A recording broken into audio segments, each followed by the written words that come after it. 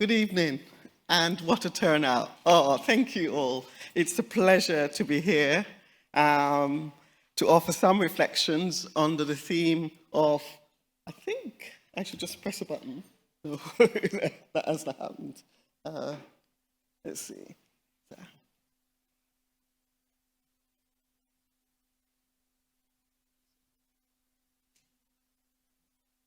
Okay. I'm not sure why my slide is. Oh, okay, that's perfect. Let's go back. I think there's a time lag.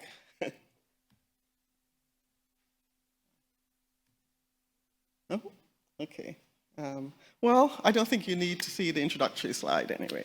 It's a pleasure to be here, and I'd like to thank the conference organizers, in particular, Dr. Everard Rudfuss and the cluster committee for the invitation to speak, and also to the administrative staff. Doris and Renat have been fantastic in terms of facilitating my travel to Bayreuth.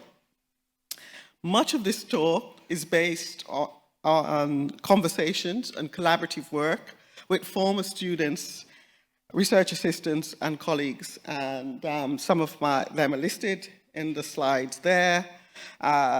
Hanno Brankamp, Leo Singo, and Dr. Amber Murrey, and Mwanza Kamata is a Tanzanian colleague who works at the University of Dar es Salaam. Dr. Murray, in particular, who works in her capacity as Associate Professor of Human Geography at Oxford, has been quite, our conversations in particular have been quite generative. We co-teach and we co-publish. And our publications have not sure why the slides, can I have some assistance? They're not changing.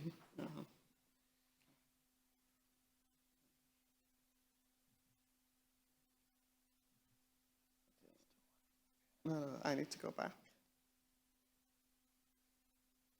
So just with the... Okay, that's great.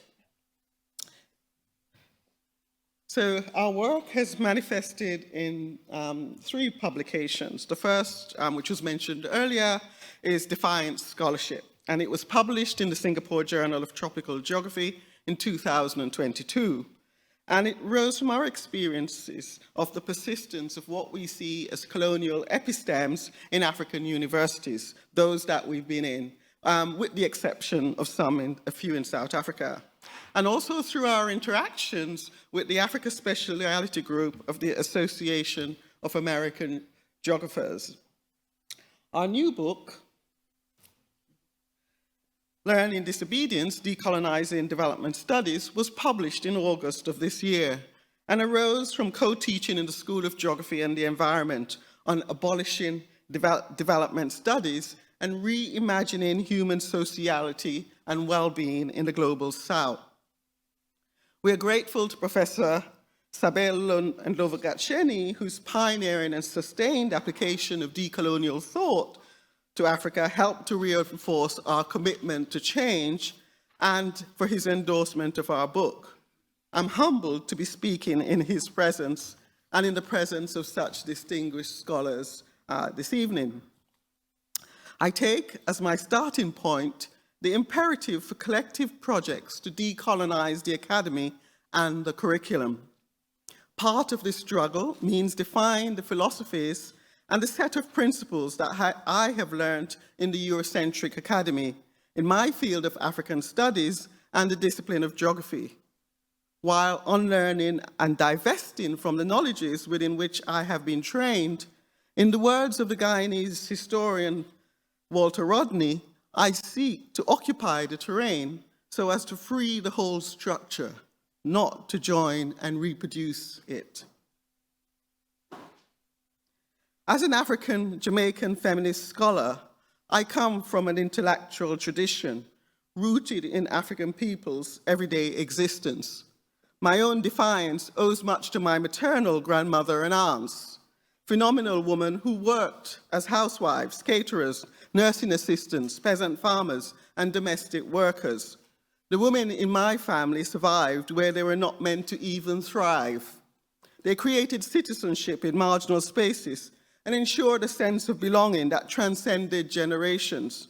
They made family life. They laughed, clapped, prayed, sang, and danced by creating life worlds on the margins.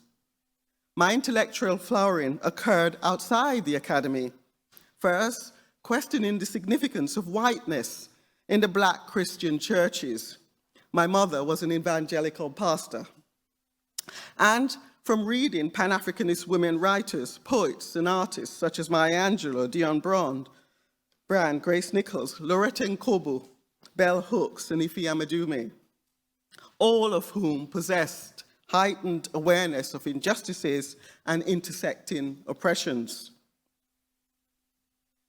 Recognizing the racism inherent in the UK's university curriculum that I was undertaking, I sought alternative spaces of learning outside the lecture halls, on the commons, in Black-owned bookshops, at the Africa Centre, which was in central London, and organising in my university's student discussion forums, reading groups, and film societies, where I encountered narratives that reflected our lived experiences. In these spaces, I encountered the work of Cheikh Anta Diop, Aimé Césaire, Frantz Fanon, Claude Ake, and those of Thomas Sankara, Julius Nyeri, Kwame Nkrumah, and Amilcar Cabral. In the academy, their intellectual contribution were dismissed as Afrocentric romanticism or empty revolutionary rhetoric. My historical and political thinking was refined by the rich groundings that I received in the seminar rooms, staff club, and living rooms of the University of Dar es Salaam when I was a visiting PhD student. There I was able to understand more clearly the work of Pan-Africanist scholars such as Walter Rodney, Horace Campbell, Ernest Wambadia Wamba, and Patricia McFadden. These African theoreticians were largely outside the Western canon, were unafraid of disrupting, constantly creating new concepts and vocabularies to express the specificities of their conditions, to articulate their resistance and communicate their imaginations of a better future. They recognize that the very existence of Black African people and their futures are dependent on the production of themselves as independent critical thinking beings who are able to analyze their condition, and in the words of Thomas Sankara, dare to invent the future. To create a world otherwise, beyond the colonial formulations that had been bequeathed to them as part of Western civilizational discourse and practice. And while I might, and Amber and I might have adopted the concepts of defiance and disobedience from decolonial scholars such as Walter Mignolo, they are rooted in my intellectual development outside the academy, and that has been non-compliant, anti-racist, and directed at epistemic justice. The theme of this conference is spatialities, a term that signifies the contribution of the discipline of geography to knowledge making. It is only recently in its disciplinary history that geographers have recognized the existence of plurality, inspired by the work of Marxist feminist geographer Doreen Massey, who makes three propositions that are relevant in our discussions of decoloniality. Space is a product of interrelations. Space is the sphere of the possibility of multiplicity. Multiple trajectories exist. But also, space is a production of embedded relations and material practices that are always in process. Space is always under construction, she argues. It is never finished, never closed. We could imagine as space as simultaneously of stories so far. And that in process and are always under construction is what gives me hope and enable scholars like me to constantly think about how we might remake the future. Massey's theorization of space and spatialities equip geographers to challenge the dominance of Eurocentrism in the academy and its denial of relationality and multiplicity, and recognize the myopic disempowerment produced by an unequal geopolitics of knowledge production that bequeath imperial knowledge as universal, neutral, and factual, without attention to their temporalities and colonial logics, and the ways in which they marginalize, erase, silence African concerns as being irrelevant to the global. As a human geographer, I am aware of how geographers are inadvertently implicated in empire, including because of the knowledge that we are exposed to, and more so through our disciplinary history. What we understand as geography was established by a particular community of scholars for a specific purpose. The birth of modern geography took place across Europe in the 19th century. In the UK, it was linked to the new phase of capitalist imperialism in the 1870s. An article in the Times newspaper in 1899 notes that the discipline of geography was for, quote, men who think of entering on a political or military career, or who intend in one capacity or not, or another to take service in some parts of the empire beyond the seas, or who look forward to having dealings with foreign countries, end quote. The geographer Clive Barnett has shown that the exploration of Africa was inextricably linked to the institutionalization of geography as a discipline within the academy.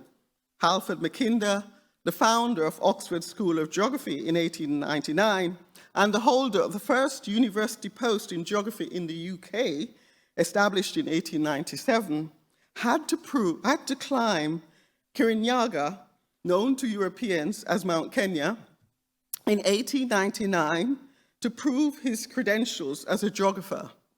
According to Jerry Keynes, Mackinder led his expedition through a famine-stricken land and fled Kenya before he was investigated for ordering the killing of 8 of his porters. Mackinder stole the uppermost tip of Kirinyaga as trophy. It was in the School of Geography's, the head of department's office in my department from then until 2009 when we moved buildings, and it seems to have been lost. We want to, some of us, including Amber and I, want to repatriate it back to Africa, where it belongs.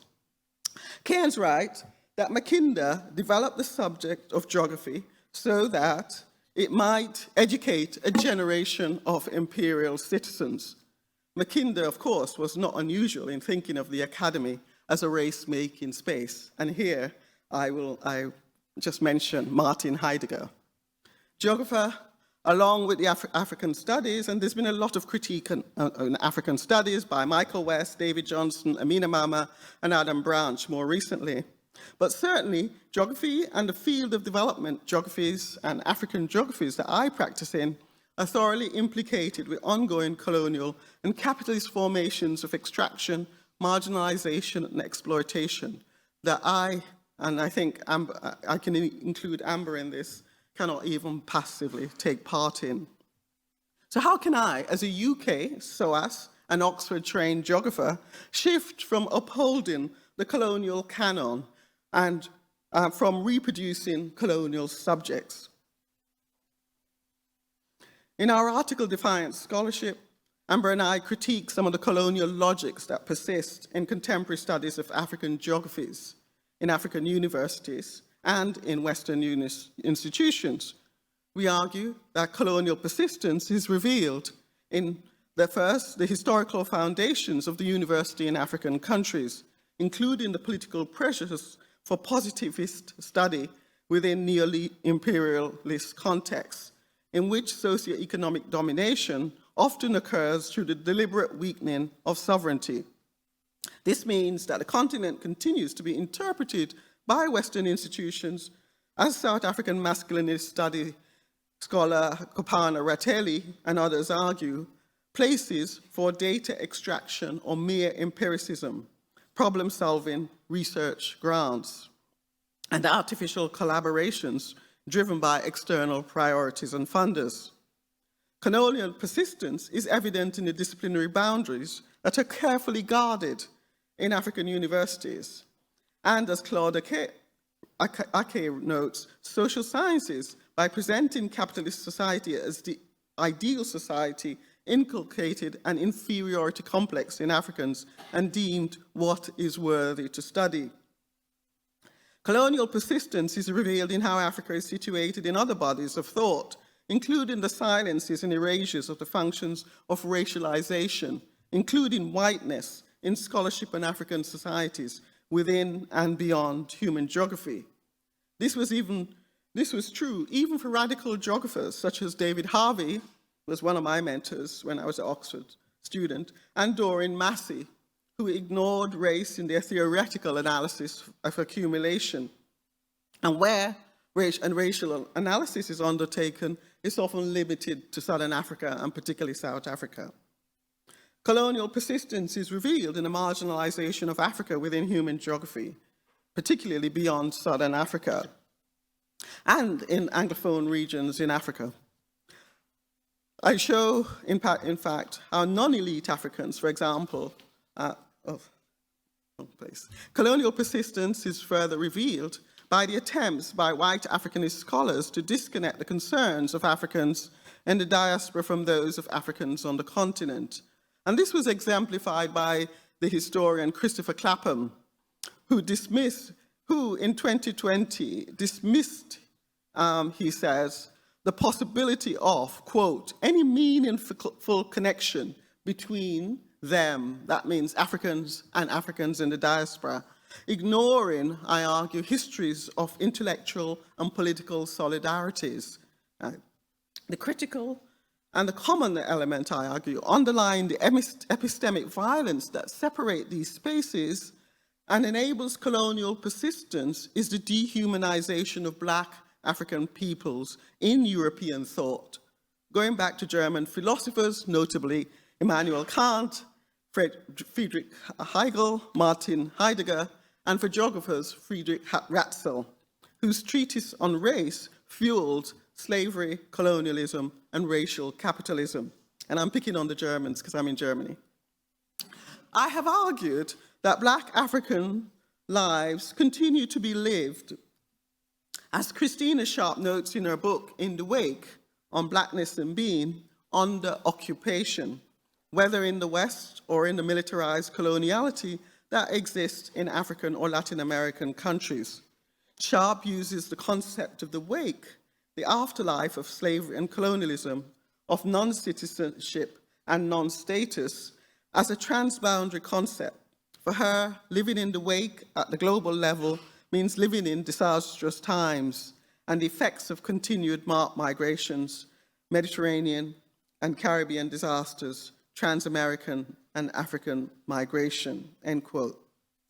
Beginning with a refusal to take coloniality, whiteness, and its hierarchies and privileges as matter of fact, and to take Africa's impoverishment and Black marginalization for granted as a feature of contemporary life, being in the world and academic knowledge-making, I have committed myself to the task of repair, reimagining, and transformation beyond it. Drawing on Paulo Freire in the Pedagogy of the Oppressed, the mission of radical pedagogy is rehumanization. And he argues that is only possible because, quote, dehumanization is a concrete historical fact. It is not a given destiny, but the result of an unjust order that engenders violence in the oppressors, which in turn dehumanize the oppressed. Epistemic violence is in the fact the oppressor telling you that you and your dehumanization is your fault. It arises from your own inherent capacity for violence. In that way, dehumanization is internalized. So how do we refuse, unlearn knowledge, making practices that dehumanize and begin the process of repair? For me, this is multi-pronged. It involves activism within the European Imperial Academy, where I'm based, in particular, to diversify, to change the faces of African studies and geography.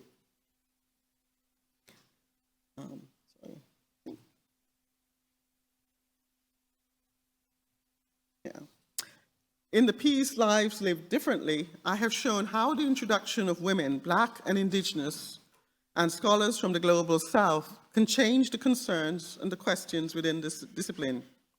refusing dehumanization requires unlearning taken for granted theories, concepts, terminologies that reproduce epistemic violence.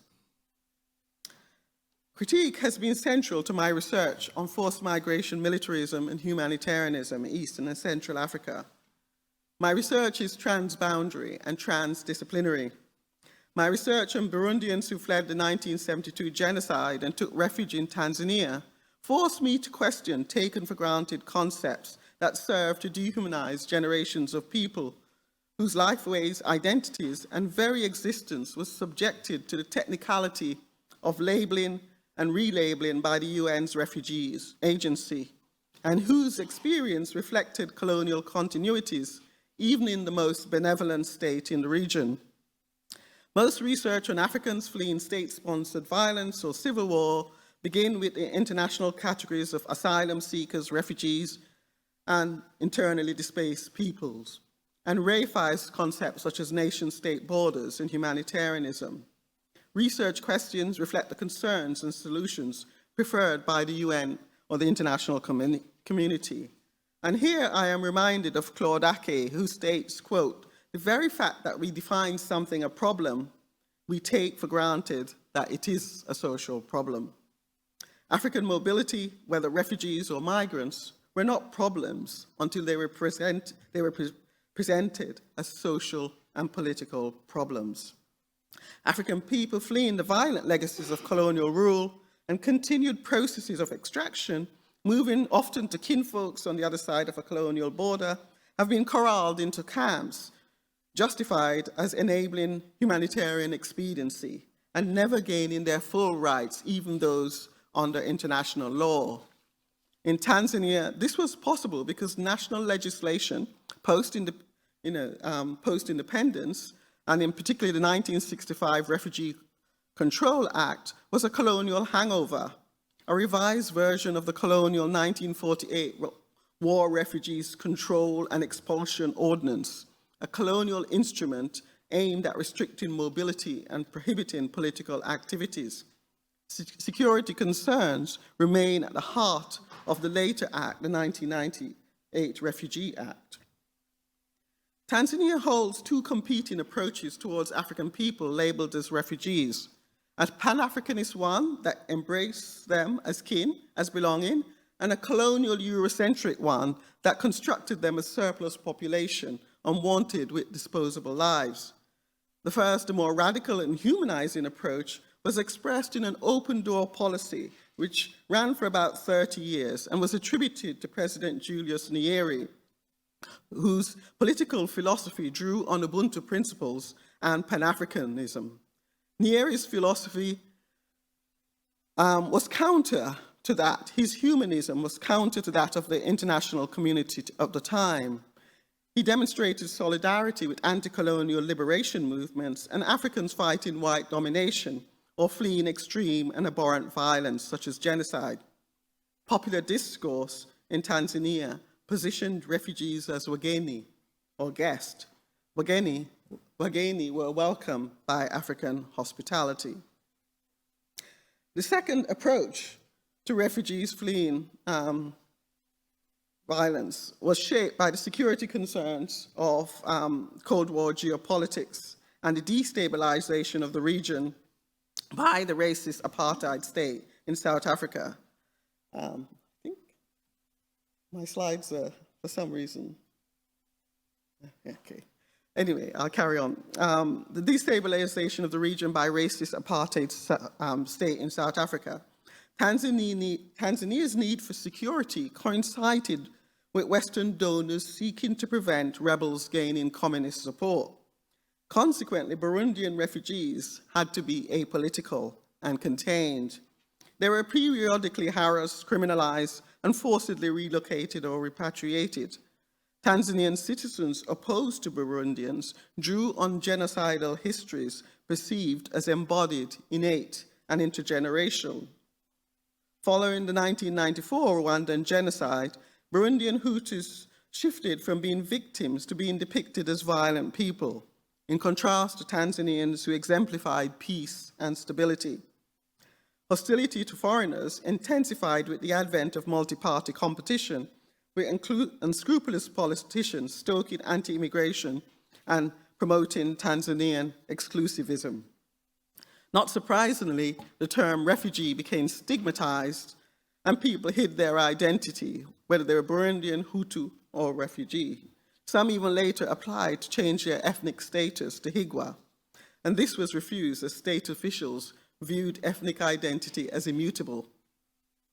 Nierism influenced the government's decision in 2007 to naturalize 162,000 of the 1972 cohort, a process funded by the international community that included the digitization of records, but it enabled the state to monitor more effectively its new citizens, and it enabled data sharing to facilitate the Global North anti-terrorist, anti-North-South migration agenda.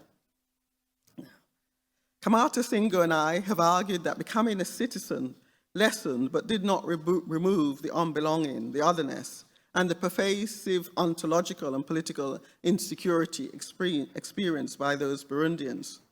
Their status in Tanzania remains contingent and shaped by enduring coloniality. In interpreting the plight of Burundians in Tanzania, I argue that humanitarian interventions delegitimize the forms of effective relationships, such as neighborliness, and expressions of conviviality and solidarity, as in Ubuntu, or communal hospitality. These were communal hospitality that could not be easily monetarized in budget allocations where numbers matter. And they were considered not illustrative of a modern state and its relationship with foreigners. Claude Ake warns us again against technicism, stating that quantification is used to deliver desired results and to depoliticize, dehistoricize, and dehumanize. Humanitarian inventions drew on colonial logics of controlling natives as a security problem. Practices of forced relocations, expulsions, and encampments are used to silence and punish anti-colonial native activists. Hannah Brankham and I write that control over people's mobility was always a technique of labor mobilization, dating back to the colonial period. We trace the continuities between colonial legislation on labor migration and contemporary refugee controls in Tanzania and Kenya. Using a socio-historical approach, we demonstrated how a system of differential mobility under colonialism was seamlessly carried out into the post-colonial era with the advent of ostensibly new security challenges that included terrorism, uncontrolled border crossings, and solidarities, and the enduring viability of domestic citizenship regimes. This legacy of state-enforced securitized migration reinforced the view that migration management is intrinsic to political stability. In sum, laws governing migration between states and the categorizations of those who moved according to the cause or purpose of their migration, whether that's labor migrants, labor economic migrants, aliens, refugees, visitors, irregulars, and more recently, internally displaced people and protracted refugee communities, are international bureaucratic instruments that sustain ideas of racial otherness. Western opposition to Africa and mobility and human rights dates back for some, obviously, during the colonial, but were very evident during the 1950s, during the emergence of the human rights regimes. And research done by Edwin Odiambo Obuya, Ulrike Krass, and Lucy Mablin, and others have demonstrated the colonial and racialized roots of the 1951 Refugee Convention, its biases, and at the time of its negotiation, the struggle by anti-colonial and those few decolonized countries who sought to make the convention global. The convention was supposed only to apply to European refugees, and then colonial states, plus the US, Canada, and Australia were, according to Odiambo Abuya and others, quote, highly resistant in private, if not in public, to the institutionalization of a regime which might extend rights to all human beings, irrespective of their country or the color of their skin. So, how have post-colonial states become complicit in dehumanizing practices? In my 2008 monograph, Gender and Genocide in Burundi, I challenged the new barbarism and the new wars thesis being used to explain 1990s war and extreme violence in Africa. And I explored militarism and race thinking in the formation of the modern nation state in Africa. Drawing on the work of Mahmoud Mamdani and others, I show how non-elite Africans in Burundi were not considered citizens with rights that had to be protected. They were seen as vermin to be eliminated in political and capitalist competition. In addressing the genocide that led to the displacement of the Burundian refugees, I explored the continued significance of colonial racialization, the social construction and maintenance of racial and ethnic hierarchies and boundaries by the Germans and then the Belgians, and how they enabled the continuation of processes of economic extraction in the post-colonial period.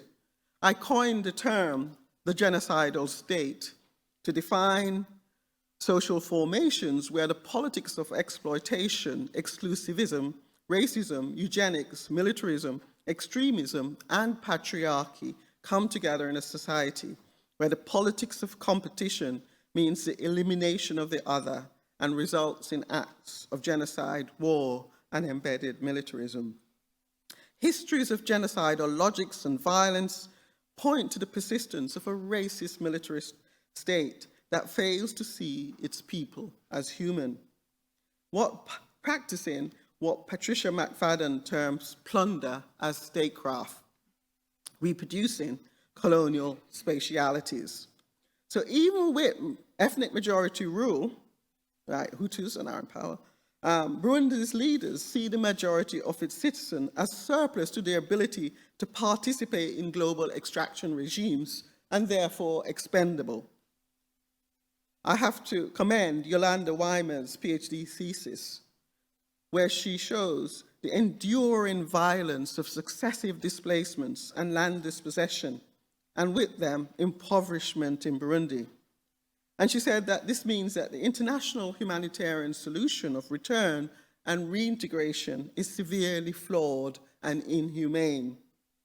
The treatment of refugees and migrants at the US, UK, and EU borders signify to us that the international community can no longer claim to provide the blueprint for humanizing regional and national refugee legislation and policy.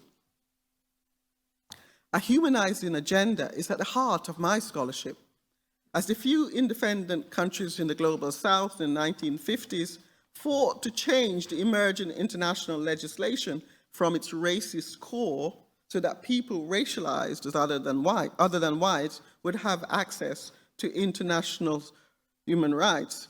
Defiant Scholarship challenges the inherent racism displayed in the practices of these current laws and policies. In a chapter in the recent edited book, Amidst the Debris, Humanitarianism and the End of the Liberal Order, I call for an anti-racist humanitarianism, one that challenges the white supremacy embedded in hegemonic understandings of humanitarianism and what it means to be human and to live dignified lives in the world. So what might this involve? The project of abolition entails a double movement, undoing and dismantling colonial spatialities, while simultaneously building new liberated ones infused with solidarities and contributing to movements for reparative justice and healing that address and redress intergenerational harms perpetrated in the name of modern humanitarianism. In this work, I'm inspired by the prison abolition movement and Ruth Wilson Gilmore's work on abolition geographies, which assert the need for the negation of the confinements, borders, structures, and relations of carceral geographies to end the prison industrial complex, and I would argue the refugee industrial complex. Abolition perspectives can be directed generally towards the refugee regime architecture. I'm not advocating abolition that leaves people abandoned. I am looking back in history to those communities that were forged beyond and against Eurocentric social order through processes of resistance. And in Learning Disobedience, Amber and I draw inspiration from the emerging literature on Maroonage, autonomous Black communities in the Americas and beyond, even there are some in Africa, who forge and make life beyond the colonial world or the enslaved world. And I'm also inspired by Pan-Africanist visions of African unity that emphasizes a common humanity in opposition to colonial cartographies and racial and ethnic divides. Pan-Africanist advocacy for a united Africa was a strategy for survival in the face of imperialism, but also a recognition of the history of mobility and state formation within the continent. Such worldviews acknowledge that racialized and dehumanizing bordering policies and practices are symbols of European modernity, which African political elites have adopted and reproduced in the continuation of the practices of accumulation by dispossession. African unity, indeed global African unity, is the only way one can overcome, despite rulers and extractive regimes that benefit from colonial territories reconfigured as nation states. Militarism, genocidal and patriarchal violence and xenophobia are the outcome of the adoption and the reproduction of colonial ideologies, categories and logics as normative pathways to modernity without questioning their relevance to African realities. Recognizing that space is always in flux, Africans need to take more seriously scholars such as Mamdani and Lovugacheni and Nyomja, who question the methodological nationalism research on Africa and the hegemony of the national project as the only political community. Nyomja asks us to challenge epistemic frames that represent citizenship, national identity, and the nation state as given and complete projects. They are problematic frames, he argues, and generate processes of exclusion and dehumanization and contribute to both state and personal insecurities. While abolition is a long-term Pan-Africanist ambition, in the short term, we have to think more in terms of the elimination of bordering policies and practices that serve to dehumanization and restrict the freedom of African people. Some of you might be familiar with the African African Visa Openness Index, aimed at promoting freedom of movement for accelerated development. And international African mobility in the imagination and policies of the African Union and various regional economic unions or the African Development Bank, and supported by the International Labour Organization, while using the language of freedom of movement, reproduces colonial logics on labour migration that were based, as Aimé Césaire notes in Discourse on Colonialism, on the thingification of the African as an instrument of production.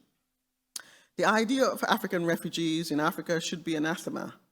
In the context of pre-colonial histories of migration and colonial histories of dispossession and displacement, how do we remake the continent as a home of African peoples, all African peoples? Or, should we argue, does Africa belong to them? A humanizing decolonial approach should draw inspiration from historical moments of emancipatory practices by African states. And here, I'll remind you of the 1960s, the African Liberation Committee, which was established in the 1960s with an office in Dar es Salaam. Its goal was to harmonize and provide assistance or aid to African fleeing apartheid regimes. And there's been obviously quite a lot of literature written, but even within that period, I would argue that short period, African states were able in the face of hostility from apartheid regimes and their global North supporters, found space for Africans on the continent and throughout the continent. A more recent example is the African Union's progressive stance on making the African diaspora the sixth region of the continent, and Ghana opening citizenship to the African diasporas. These marked a significant acknowledgement of a broader and more inclusive global African community. So I'm coming to the end, time's going. So to conclude then, uprooting the deeply embedded Eurocentric systems of knowledge in Africa begins with the dismantling of our disciplinary and subdisciplinary areas of focus.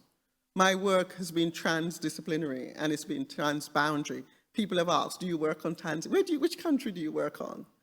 And I say East Africa, Central Africa, and they still want, which one? Tell us.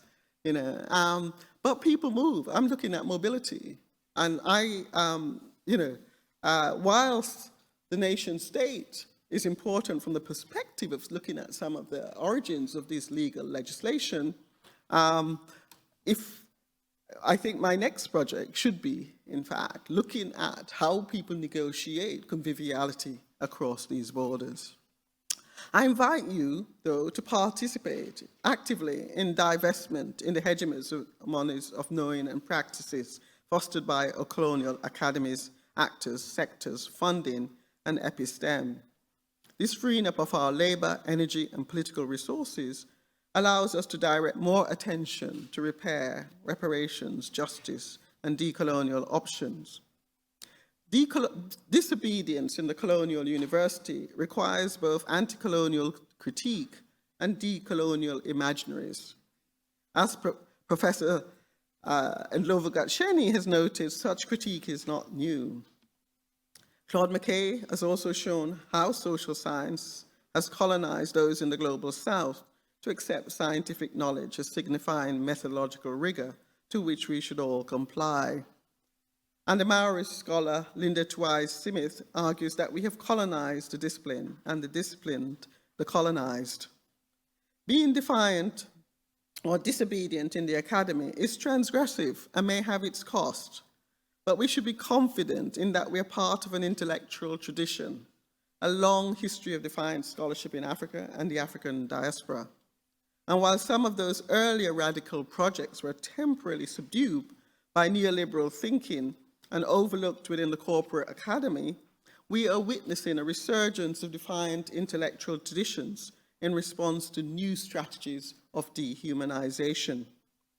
We can work within these historical and emergent traditions to attend to the global nature of racialization and racial capitalism and the struggles of Black people. We urge cross-fertilization between anti-racist scholars in Africa and elsewhere, especially in the global African diaspora. Changes have taken place in many African universities. Some have stalled, but these need to be consolidated and amplified.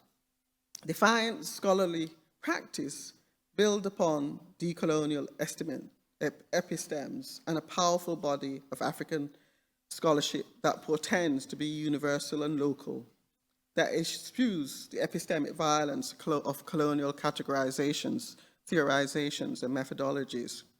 Through active unlearning and rethinking, we can root our project in the lands and communities where we work.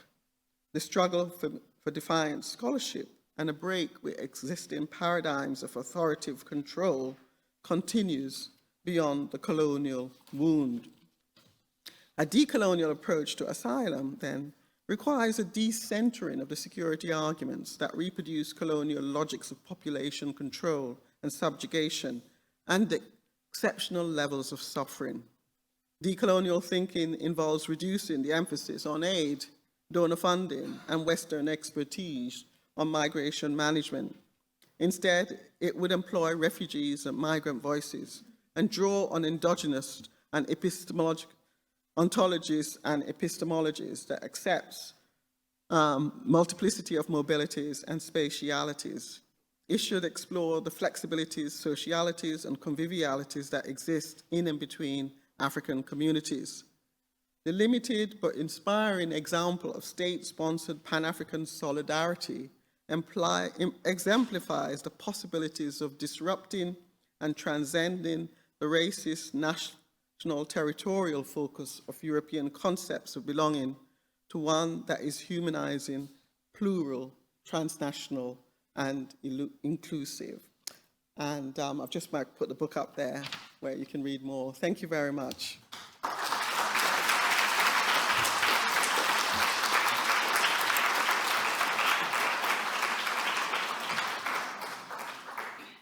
Yeah, thank you very much for the impressive keynote.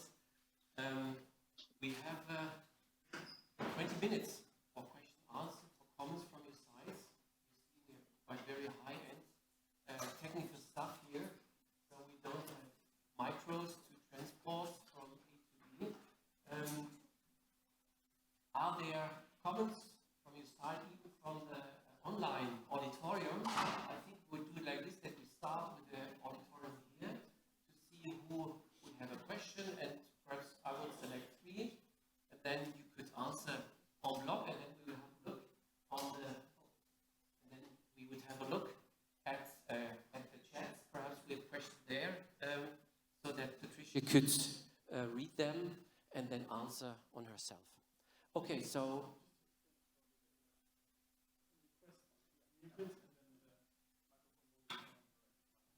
Okay. No, please, the one who wants to say something, push on your, okay, we see here green, so that is the first, then a second, so that we can see on the monitor who wants to pose a question. Then you have the voice. So we would start with number, so the first, down there, yeah. Seat 101. Thank you so much, Patricia. Patricia, I really enjoyed, firstly, your implication of geographies in the making of the empire. I think in my observations of geography departments on the continent, there is limited conversation around these origins of geography, and I think they're really important when we think through the work. But what I wanted to ask a question about is, earlier in your talk, and I'm paraphrasing, you talked about how there's limited sort of deep interrogation of race in spaces outside of Southern Africa. And I was wondering, do you think that limited interrogation is coming from Northern scholars looking at those spaces outside of Southern Africa, or is it also coming from scholars within the continent, and what are the reasons for both, if they are? Thanks. Yeah, thank you. Do you want me to answer straight or take 3? Go okay. For it. Thank you. Yes, I think it comes from both, although I think that is changing now. There are some scholarship. I think for a lot of Africans, and there are many in the room, so I'm not speaking, from African geographers, certainly. Race they don't necessarily see race as their priority, right? Because there are other factors, immediate, they might say, well, they could say the environment, you might say food on our tables, or the economic situation or whatever is a priority, right? So but in fact, what we're arguing is that race is essential to, it's the underlying factor in the economic situation that you experience. What's interesting now in the global north, not necessarily geographers have started the conversation, certainly Amber, myself, Hanno to some degree as well, by looking at the significance of race in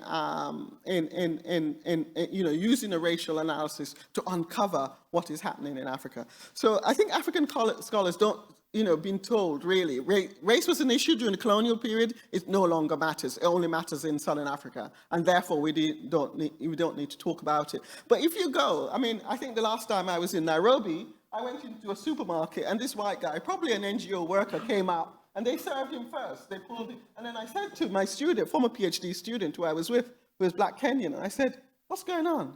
And she said, yeah, don't make a fuss. Because she knew I was going to, I thought, this guy knows better, should know better, coming from Europe, right? He should know the struggles. And yet he moved forward and was served first. And that's just a minor, example. But race still matters. Whiteness is still significant in terms of the global economy, in terms of the treatment of refugees, and so on. But I should say that's changing. I just wish more Africans outside of South Africa would start to, that sort of analysis and come to terms. I mean, many of them will just look at their leaders and say it's our leaders' problems, and to some degree, it is the leaders. Yes, thank you, Patricia. We would have now seat 140 with a comment or question. Thank you very much for the informing keynote. For quite some time now, I have been thinking about this consciousness of disobedience. And I have an issue with that. Is it possible for us to begin to look for another word other than disobedience? Because there is a sense in which it, ironically for me, reinforces the hierarchies of unequal power relations. Because the moment you talk about disobedience, you are talking about a higher authority, and that also subjects you to that authority, so that whatever you do in the end is still considered not to be normative. It's disruptive in a way that also makes it illegal. That kind of, say, the relationship between a father and the children, or parents and the children, and you talk about disobedience. Can we look for another word so we don't end up ironically, reinforcing the same thing we think we are shifting away from? Thank you very much. Yeah, thank you. That's a really great point. And yeah, we thought, obviously, it's a term which we feel that having been brought up within, I've been schooled within the Western Academy, I think it's a term that suggests disruption. It suggests I like it in the context in which I'm operating, because we do have these hierarchies and we do have to challenge them. And if the first step of decolonizing yourself is to challenge these hierarchies, it involves disobedience, right? I mean, I mentioned that my mother was an evangelical pastor, and I'm sorry to all you Christians in the audience, but I just looked at what they were doing and said, actually, I can't obey. Right? I need to chart another spiritual life, right, independent of this. Right? So we can follow. We follow the norms. We follow we're told to do in school. We don't question. And the only way you create theory, the only way you think differently is to disobey. I understand what you mean about we can end up reinforcing this authority figure, but I think we have to start with critique, we have to start with disobedience, and then we rebuild. And we need a term, and I'd love an African term actually. Somebody can, come up with an African concept of, that is different. And I think, but yeah, I think it's the first stage. And I think, we do submit. We submit to donors. We submit to all sorts of colonial logics that we should just say no to. But I understand, I fully understand what you're getting at. Okay. Okay, thank you for your answer and your comments. We have now, I think, number 102.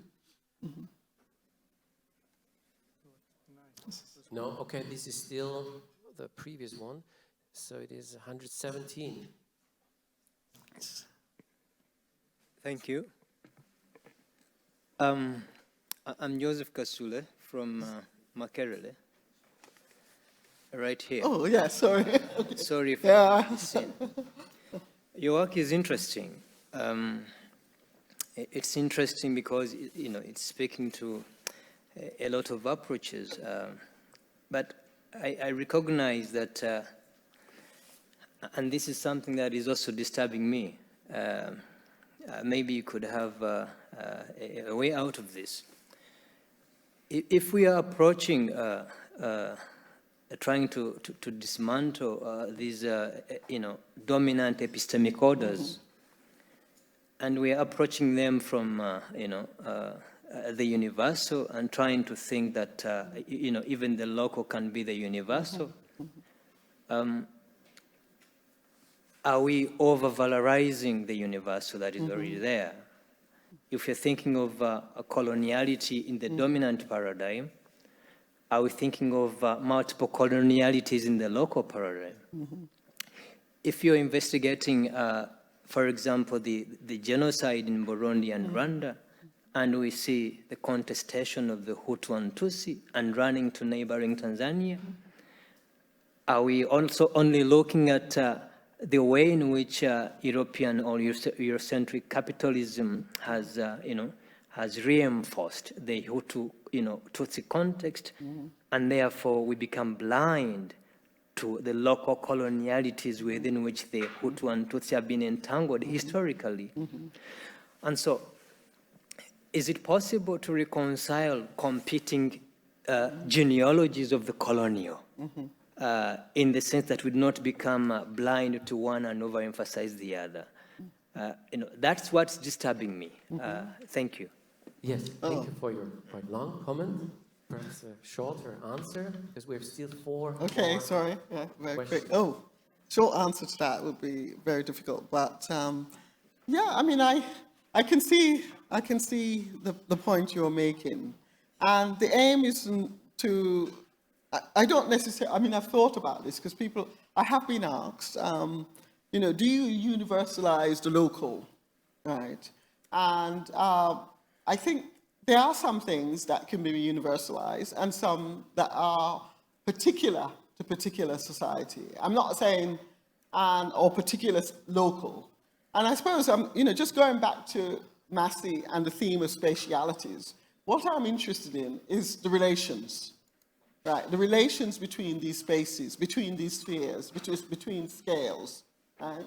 I can also, I don't think in my discussion, and you'd have to read the book, really, to see in my discussion of the conflict in Rwanda and Burundi, I actually didn't, I was very careful not to focus purely on the universe or the colonial, right?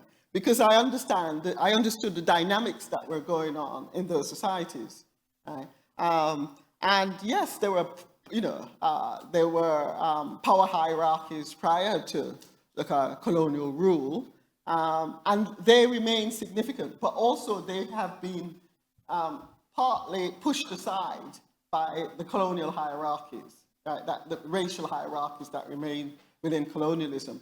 But those power hierarchies are still there if we talk to people in the everyday, right? And it shapes their everyday lives. So that, I suppose that's, I tried to show that. But I don't know if that answers your question, right? Yeah. Thank you. I realize I have to be very quick. Yes, thank you so much. I would say we have 2 questions in the online, so just to have it in mind, I would say we hear seat 86. Okay, it's me. Sorry, thank you so much for this interesting presentation. My question is, I guess, just a question of clarification.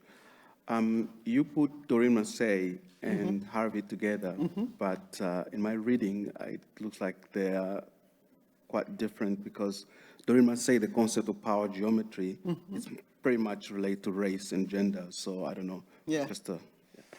Yeah. So the power geometry is the idea that space is dominated by power relations. Yeah. Sorry, but no, it was the last point that you made about race and gender.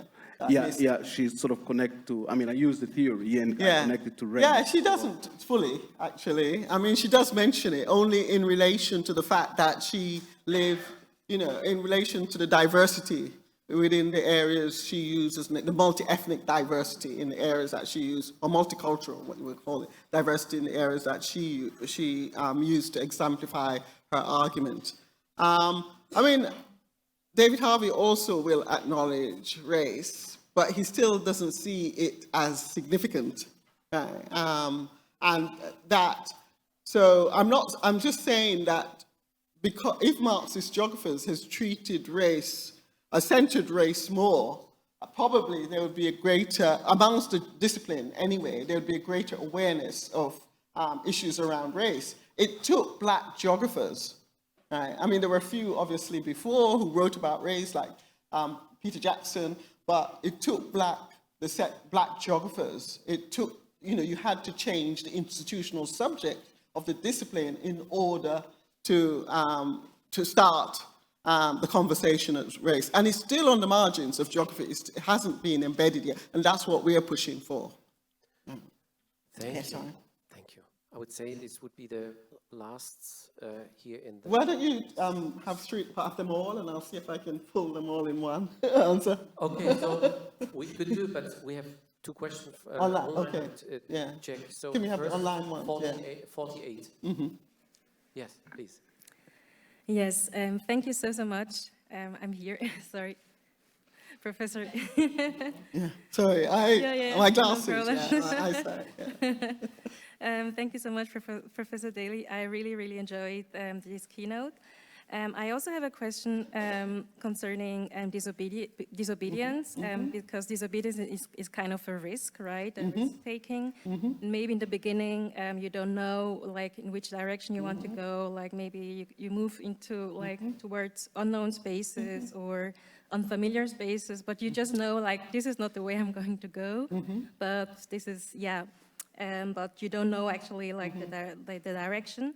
And I also think that, like, this can also be seen as a privilege, like, who can actually disobey, right? And also, like, another question, like, what aspects where can you disobey? Like, like the way academia works, maybe, or like the language that is, like the way, like, papers and books, etc., like the academic language, etc. Like, what exactly? And also there are, like, kind of aspects like where you cannot, like, there's a limit to disobedience. This is actually, my question.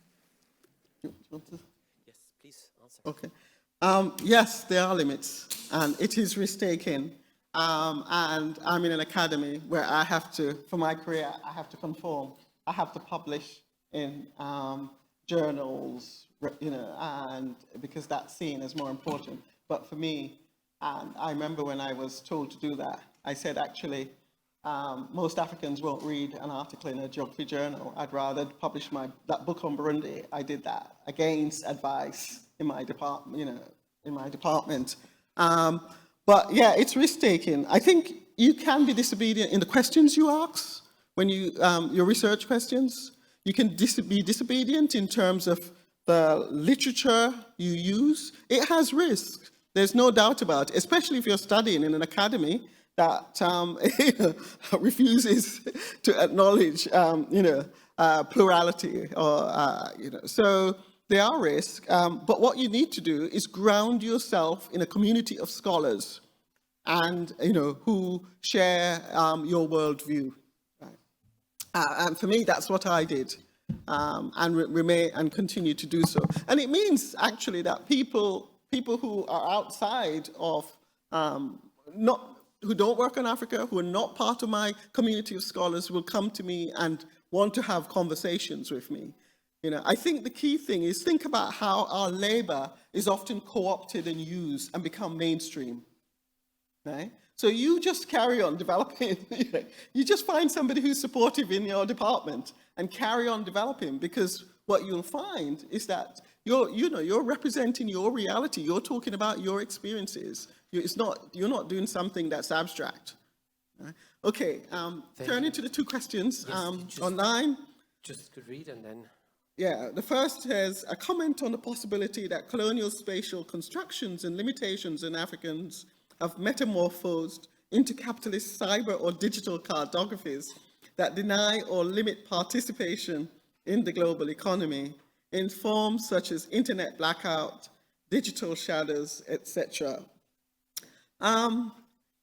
Yeah, I suppose I'm trying to figure out how to answer that one. I suppose the internet blackouts and digital shutdowns actually, if you want to read about how decolonial scholars think about those in relation to Africa, look at the work of Amber Murrey, my colleague, because she's written about this in respect to Ethiopia and to Cameroon, and I think her current research project is also on that.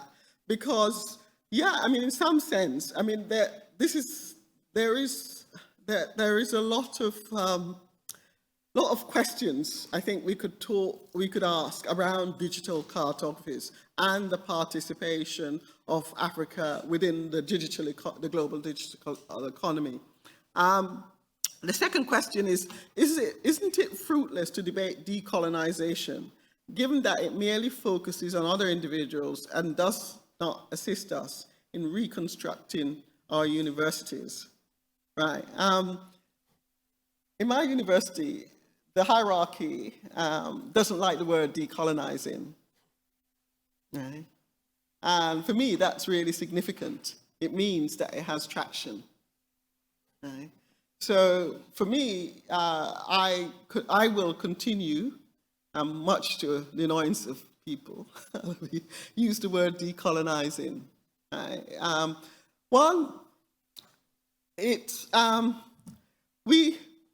I think whatever we are, I always think back about slavery, right? Because that's where my ancestors came from. Well, most of them, or they were, my immediate ancestors, and people fought, right, as a little cog. People fought in the spaces that they were. They refused, they resisted, they suffered, right? But nevertheless, they continued because they wanted change, right? One person might not make a difference, but all of you in the room together can make a difference, right? And that's what it's about. We can reconstruct the university. You need to start having conversations.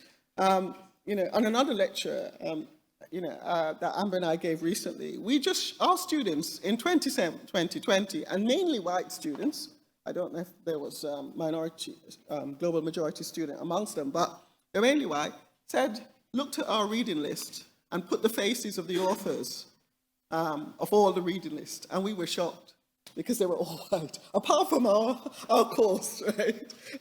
And they said, no, you are using the word decolonizing, you're talking about anti-racism, the department had set up an anti-racist group, and look at this, right? Look at what we're told to read, even though some of them were progressive, radical scholars, supposedly, right? So it is possible to act.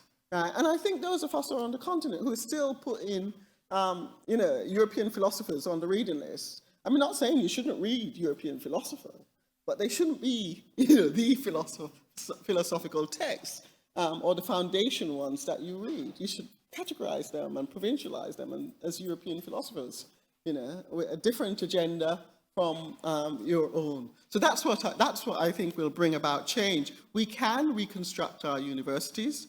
But it's not something that one person can do on their own. Leaders can do it if they have the power, but we can collectively do it, and that's my goal. But the little time I have left before I retire. Thank you. Thank you.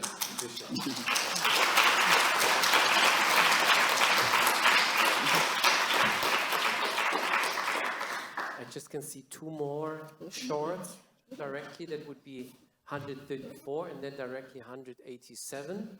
To pose the question, brief comment, and then brief answer, because then we can really go further with the more face-to-face discussions with some food, with some drinks. Oh, okay. So therefore, I think we have still time. It's just an opening, and we see that there is already power in it to get into the debates. So yes, number 134. Quickly, it's here. Well, thank you very much for the lecture. I want to say that the intellectual community should not be afraid of that disobedience, that resistance, which has been captured somewhere else as protest scholarship, resistance scholarship. However, we need to be mindful because of the hierarchy within the intellectual space. At what level can one begin to exhibit this resistance in a bid to avoid action and counter-reactions that may trail it? Is it when you are a doctoral student, for instance, or when you already become a professor?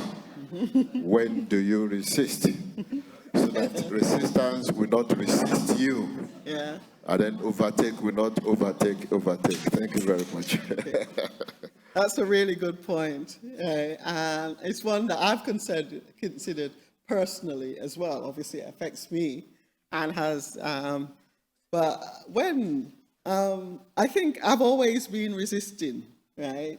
Quietly sometimes. I think the reason why I talked about those spaces of learning at the start of my talk is that I found a scholarly community outside of the academy, right, where I could learn what I wanted to learn. I wasn't learning in the classroom, and I do tell my students who come in and say they want to resist straight away, and they actually, you need to know the tools, you know? You need to understand how the system works, right? You need to know it inside out in order to be able to resist it effectively, right? So you start by learning how it works, right? What do you need, for example, to get a degree, to get a PhD? And you find, obviously, colleagues, your supervisor, you know, who's supportive. If not, you find ways to negotiate and get support from other people within your university. So, but I do understand it is the different strategies you take on and use different strategies at different times. Right? It's difficult when you're an undergraduate, but in my teaching, and as I said, Amber and I co-teach a course. We participate with what we call co-learning with the students. Right? So we get them to actively participate, to bring their ideas to the table. And what's interesting, you know, Oxford students, I suppose, I don't know about students in Germany, but if you go into a lecture theatre and you ask them at the end of the lecture for questions, nobody will speak. Nobody will say it. They don't raise their hands. They're very submissive. And so we, in our co-teaching, in small group teaching, we force them to speak, to have discussions around these issues. And it's really interesting, some of the baggage they come to, right, the classroom with. So I think, you know, that sort of learning, you can start by, in your teaching, you can start by the topics you introduce, the readings you introduce to students. There are ways of being disobedient, but yeah, I think you have to do it strategically. And I would not encourage someone in a situation which is openly hostile, right, an undergraduate, to write a dissertation which their professors are going to give 0 because they don't believe in anything that person has to say. Right? So I would never do that. I mean, I know there've been, you know, minority students who've done that, but I would never encourage that. I said you can write, if you follow the rules, you can still write on the topic, but you follow the rules and you critique. And so if all the conventions are in place, it's really difficult for them not to, you know, not to see the scholarliness of the work. Right, it's really difficult because even if you protest, right, you have something to protest about. So that's what I say. You need to learn the tools in order to be able to be disobedient. Sorry. The next question. Oh, I'm going on for too long. You're not getting tired? I'm getting, well, last question, I Yes, think. I want a glass of wine. Last short question or comment. Okay. Thank you. Thank you very much for the very interesting presentation. I'm here. Okay, hi. That's my name. I perfectly agree with you as far as the precarity of the whole situation of migration and refugees is.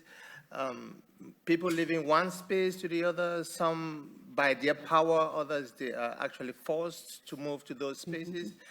My question is not one I expect you to answer, but one we all should go home with is, does our scholarly work in our small community of academics really make a difference in the lives of those who are being moved around, in the lives of those who are actually refugees and don't have access to this literature? Even if they had access to it, they don't have anything to do with it. Why I say this is because you brought up very excellent historical examples from a long time ago, but the clarity of it all is that this is still ongoing. Just two examples: Ukrainian refugees in Germany compared to other refugees. The second example, the UK transporting refugees to Rwanda to settle them there. This is forceful refugee. You seek for refuge in another location and you carry to another location. Does it really help our intellectual discourse? Thank you. Actually, the UK transporting refugees fits very much with my argument. It's what they did in the past when they were colonial powers. They would move disobedient people from one colonial territory to another, right? So it's part of their practice of expulsion of the, So, I mean, I didn't draw on those recent examples because I'm not writing directly on them. But yeah, you could look at the UK reaction to the Ukraine or Europe's reaction to the Ukraine and to African refugees through it's so obvious you don't even need to talk about it, right? Using a racial analysis. You can look at the colonial, the sort of continuities between colonial legislation and the contemporary reaction to refugees. As I said, when I mentioned some of the work that's been done on the international human rights regime, the refugee 1951 convention and so on,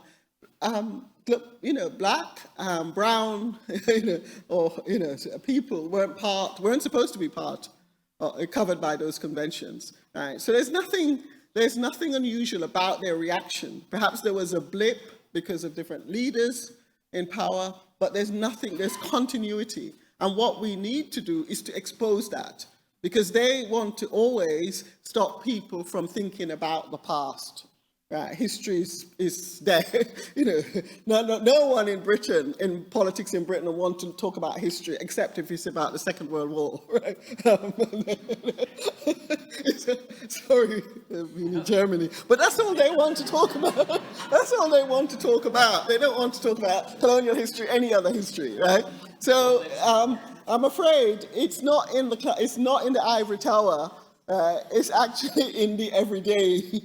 I spend the everyday educating British citizens about their colonial history, about racial. One of the lectures I give to first-year students is about race and migration, and I go back to the Chinese expulsion acts in North America. There's a whole set of racial legislation against migrants, right? That's happened in the Anglosphere. I haven't even looked at France and other countries, right? So, that for me is speaking to the everyday reality of students. So that's it. Patricia, thank you so very much.